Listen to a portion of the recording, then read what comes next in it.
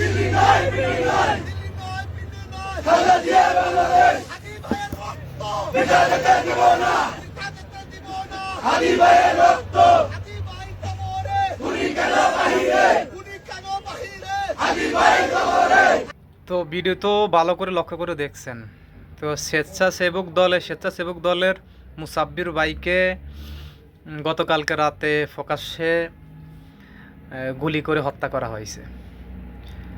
তো এখানে ক্ষান্ত নয়, মানে এখানে যে দুষ্কৃতীরা বা সন্ত্রাসীরা এখানে ক্ষান্ত হবে না। যেখানে যত দেশপ্রেমী মানুষ দেখবে, যেখানে আধিপত্যবাদ বিরোধী কণ্ঠস্বর দেখবে, সেখানেই এই দুষ্কৃতীরা এই হত্যাকাণ্ড চালিয়ে যাবে। আল্লাহ সবাইকে হেফাজত করুক। একটা বিষয় ভালো করে লক্ষ্য করে দেখেন যে এখানে কোনো ইসলামপন্থী কেউ নয়, উনি ইসলামপন্থী কেউ ছিলেন না, কিন্তু উনি ইমানি মানে একটা দেশপ্রেমী যে মনোভাব ওনার মধ্যে ছিল। উনি হাদি ভাইয়ের পক্ষে কথা বলছেন, স্লোগান দিয়েছেন। উনি আধিপত্যবাদের বিরুদ্ধে কণ্ঠস্বর হয়ে দাঁড়িয়েছেন, স্লোগান দিয়েছেন।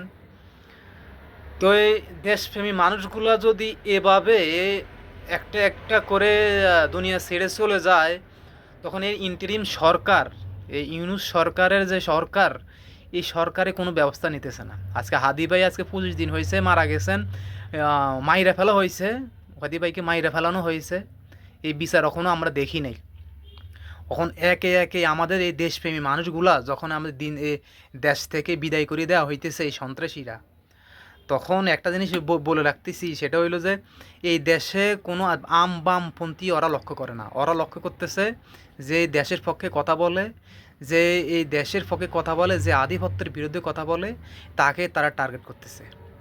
আল্লাহ সবাইকে হেফাজত করুক, দেশপ্রেমী মানুষদেরকে সবাইকে। এখন ভাই আমাদের দেশপ্রেমী শৃঙ্খলা, আইন শৃঙ্খলা বাহিনী দরকার ভাই।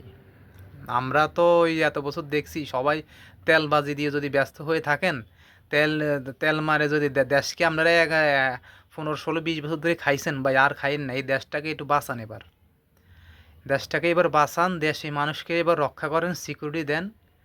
কি হয়েছে কোন ভাই? আল্লাহ আল্লাহ আল্লাহ সবাইকে হেফাজত করুক। আসসালামু আলাইকুম রহমতুল্লাহ।